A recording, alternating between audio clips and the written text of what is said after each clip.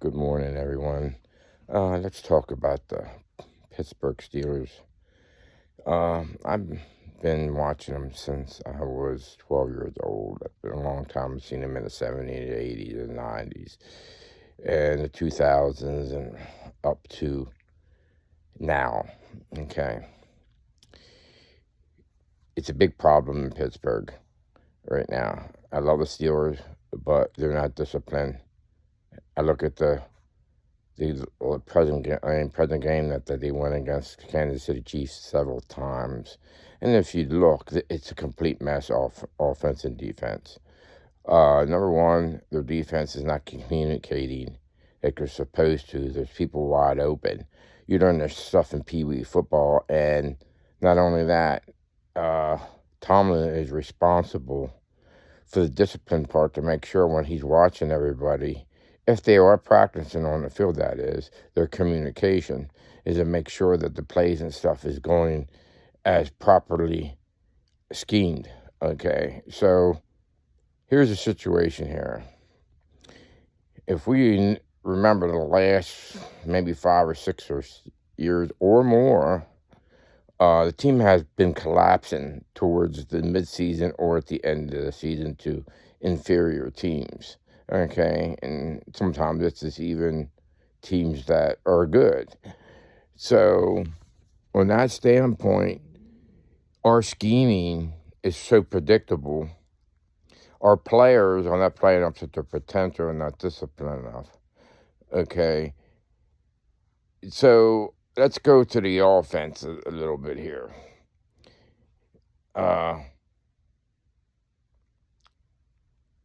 Russell Wilson can take some of the responsibility, okay?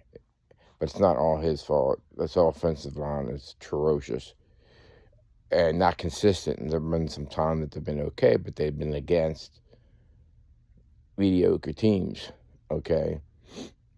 When you come down to December football, you should have all that communication all ironed out by now. And you should be playing better, you know, and I have a problem with offense, defense coordinator, and also Mike Tomlin, okay? There has to be coaching changes, and I think it's time for Mike Tomlin himself. He needs to be fired, and some of these people are saying, you're just a Tomlin hater. No. Go look over the years. One and done in the playoffs. We're not been disciplined in tackling. Tackling and stuff, you learn in Pee Wee football. Okay, so on that standpoint, and they say Mike Tomlin's a great coach. No, he's not. He's an average coach. Okay, and here we're gonna go again. You're gonna say I'm a Tomlin hater. Okay, no, I'm not a Tomlin hater. I'm just telling you the facts.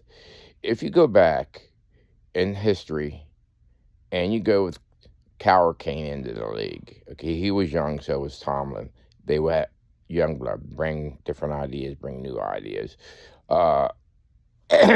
which is a good thing because what happens sometimes over the years, you can become also predictable because defenses see you a lot, offenses see you a lot, and you're doing the same old thing, same plays and same schemes and stuff. So you become more predictable. And when you're younger, you bring in new ideas. So it's time. I mean, it's time for him to go. Now let's get back to Tomlin and Cowher. Okay. Number one, why Tomlin is not a great coach, and we all have to look back in time, and this is facts what I'm giving you. Tomlin inherited a good team after Cowher was retired for purposes for his family, and his wife had cancer. If you don't believe me, you can look that up. But anyhow, that was one of his main reasons.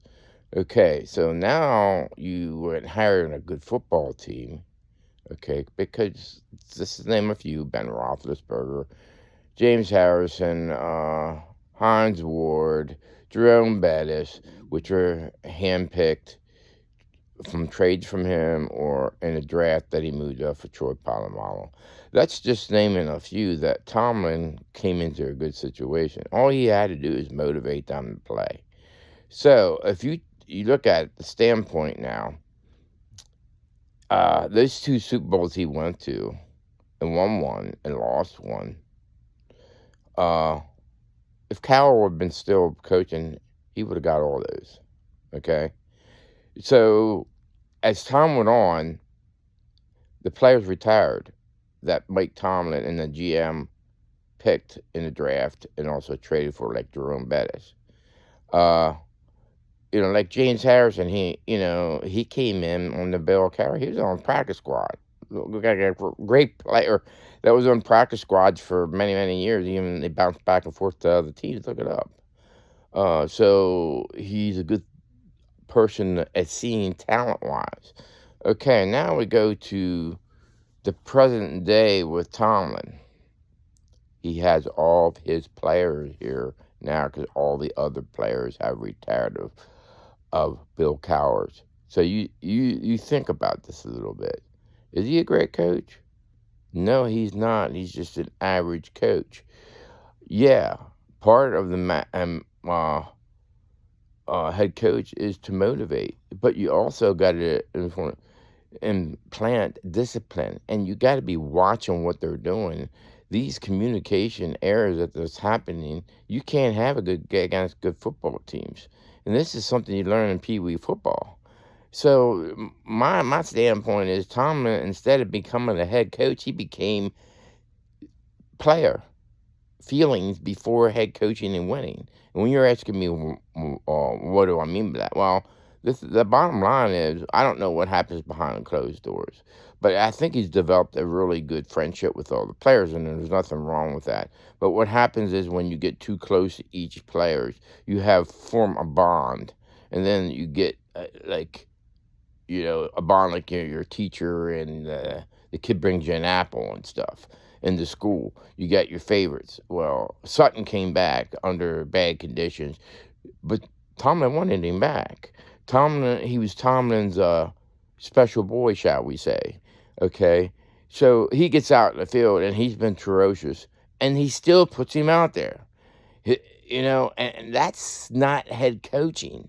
Head coaching, I hate to say, is almost like a drill sergeant. You know what drill sergeants do that's so tough on every one of them?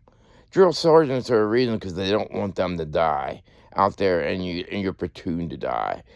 Well, you're thinking, well, how does that relate to football? It does, because if they go out on the field and they work together as a team, and the drill sergeant, because you don't want the platoon to die, or one of the other guys calls somebody to die, he wants them to go out in that battle and win the battle. Okay.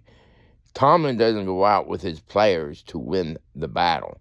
Sure, some of them are playing hard, but if you look recently, the ones that he has downfall with the Chiefs, the Eagles, and the Ravens, he goes, well, when you go to end, it's how you end. No, you got to be consistent. You got to score in the beginning of the game, and your defense has got to hold. And this zone bullshit that he plays sometimes, schemes is terrible. And some of the defensive calls are terrible. And he may have a defensive corner, but he's in charge. That's what everybody knows that. He's in charge of taking care of the schemes and stuff. The schemes are so predictable on both sides. Has much changed from last year? A little bit, but if you look at it on the field, it's still the same old bowl. Okay, who is responsible for that? All the coaches and head coaches that have them play and do what they need to do to win the football game. Hell, Tom has become one of the players. He has put feelings before winning, and like a drill sergeant would do that. He would cost his platoon. He would have Army men or Marines die in a battle, okay? So he wants them to listen to everything he says and helps them work together as a team so they don't die out on the field.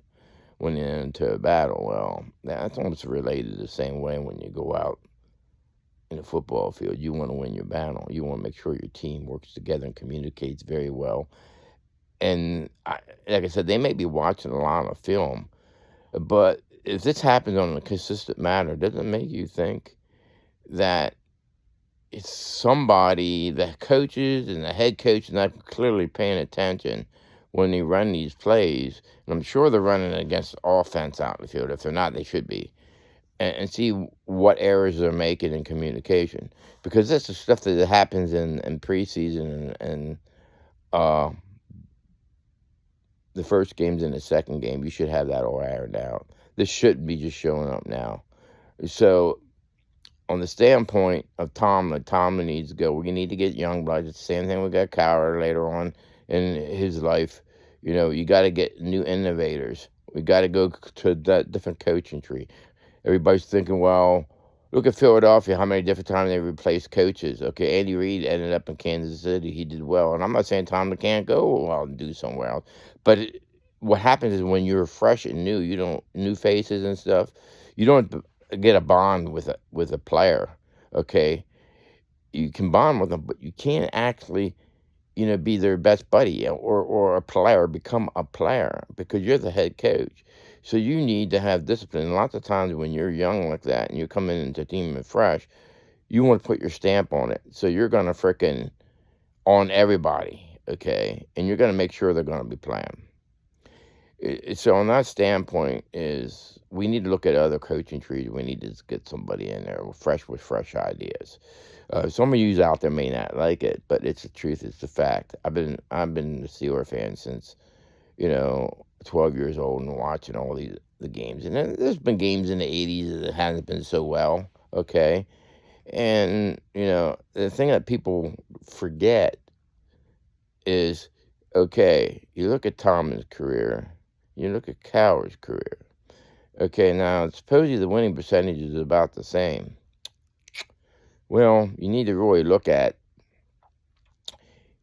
take those freaking Super Bowls away, and you take those other Super Bowl that he went to away, because 90% of that team was Cowher's team. Okay, so what do you got left? Okay, once those players retired. So then you look at the winning percentage, and actually it's lower. Number two, then you look at the playoffs. How many playoffs after you take those Super Bowls away because it wasn't his handpicked team? Okay, how many AFC championships can you name? Okay, and playoffs, how many times he's been one and done? Now think about that. The writing's on the wall. So these people that say he's a great coach, no, he's not. He's average. He's an average coach, and that's what he is. Okay, I don't even feel to this standpoint that he should be considered for a golden jacket for the Hall of Fame, because he didn't do that the first couple of years, actually the first 3 years on his team. It wasn't his team. Yeah, he got him motivated and ended up being his team, but they were all already handpicked and talented from Bill Cowher. The other thing is we're paying this big-time money on this defense, and we ain't getting the money out that we're supposed to get out. Okay, so there's the other thing is, okay, and going back to, I would guarantee you Bill Cowher went to more AFC championship games and probably won more playoff games than Mike Tomlin did. I haven't really looked at the statistics-wise and stuff like that, but if you take away the first 3 or 4 years, and then when he had his own players, I would bet that Cowher would be the one that has the most wins in AFC championships. And I can remember quite a few of him going to the AFC champion. That's not one and done. That's winning a couple playoffs and going to the AFC championship, and then going to Super Bowl 1 year in Dallas and losing it, and winning it in Seattle. So, I watch these games, and it's really hard lately to watch this coach team, and it shouldn't be this play level. It might have been a different story. I know the Kansas City Chiefs are top-notch team, but you got to be competitive. You know, a touchdown they went by or a field goal, I would have said okay. You know, they're not up to that level yet. But we ain't ever gonna win another Super Bowl again. If you think you are, if you're gonna do it with Tomlin, you're not. It's time to move on to get fresh blood in there, new ideas, new schemes, new coaching staff. And I know it's gonna hurt for a while, but if you looked at some of the teams of Philadelphia's and their coaches and turned them around. And now we have Philadelphia going to probably go deep into the playoffs, okay? How many different coaches and how many different coaches they went with that they have won to Super Bowl, okay? So, and win. So, I'm going to leave it at that. And I love the Steelers, but I just don't see them going very far in the playoffs, and we all know that. And they're going to have a tough time against Cincinnati Bengals. And they can put up a lot of points. And if this defense doesn't get their act together, it's going to be a bad day. And with the offensive line and stuff, and Russell Wilson's got to play better, you know, do I feel that he's a starting quarterback in the NFL? Yeah, I do. Is he better than Fields? If you watch the throw between Fields and Wilson, the throws that Wilson makes, Fields can't make. I'm not saying he can't ever do it. He may, but at this standpoint of the game, he can't. And the other thing is, Steelers wait too many times to try to go out and get a quarterback. And then the years that they do get a quarterback in the draft, it's a year where the quarterbacks are not known to be a good year. You know, that Pickett, you know, I hate to put him down, but, you know, he didn't do very well. I mean, so many different times, and maybe that wasn't all his fault either. You know, when you throw somebody out there and expect a rookie quarterback to pick up in an NFL level and not learn behind somebody, you're not going to have very much success, plus the weapons around you. So, on that standpoint, what do I expect in Cincinnati? To be honest with you, I don't know. I mean, what team's going to show up? That's the question. Then the next question is, if they do win that, can they go further? And if they win, there's a good possibility they're playing Houston Texans, which they're a mess too. So they might skip by and win one. Other than that, if they don't get their asses in gear, and if they don't get these discipline, and Mike Tomlin actually gets involved and actually does something, because if he says he's been doing something for the last how many years, winning is just not the standard. And, you know, what is the standard anymore? I thought the standard was go to the AFC Championship, win some playoff games, and get to the AFC Championship and the Super Bowl. Hell, when was the last time that he went to an AFC Championship game? Think about it. Long time. And see, some people are going to think, well, maybe because he's black, it's racist. No, it's not because of that. Let's all be honest and look at his statistics and look at Bill Cowher's statistics. To my opinion, Bill Cowher deserved the gold jacket to go to the Hall of Fame. Can Tomlin earn one? Even though they say he already has one, I wouldn't consider him yet. I mean, if he gets to Super Bowl and win one under his own team, hand-picked team, and not somebody else's team, then I would consider it. Otherwise, you know, he has hit some on the draft. T.J. Watt, Hayward, and a couple, maybe Fitzpatrick that he went and got. But right now, he's not playing that good either. I mean, the only one that's been playing good is T.J. Watt's playing okay, but he's not having a great year like he normally has. Cam Hayward. I don't know what else to tell you. The rest of them just plain out suck, and we are going to have some bad years, mediocre years, if we continue with Tomlin. So that's the standard, mediocre, okay? Because if so, he would have had all these communications ironed out. Now think about that. All season long, communication, what should have been ironed out if he would have put his foot in there and made it, say, hey, you guys are, if you don't get the communication and practice together, I'm going to fucking sit you. I'm going to go get somebody else to put in there. I'm not going to play these games. You guys got to play football. We're out there to win. Not they're out there to freaking, be cheerleaders, So I'm going to end it at that. Hopefully they win against Bengals. I'm hoping. That's all we can do is hope. Because at this present point, what I'm expecting, they're probably going to lose. And then they're probably going to go play a different team than Houston. Could be Buffalo, could be the Ravens. It's hard to tell right now. It's only not completely done, but if they win, they probably go to Houston.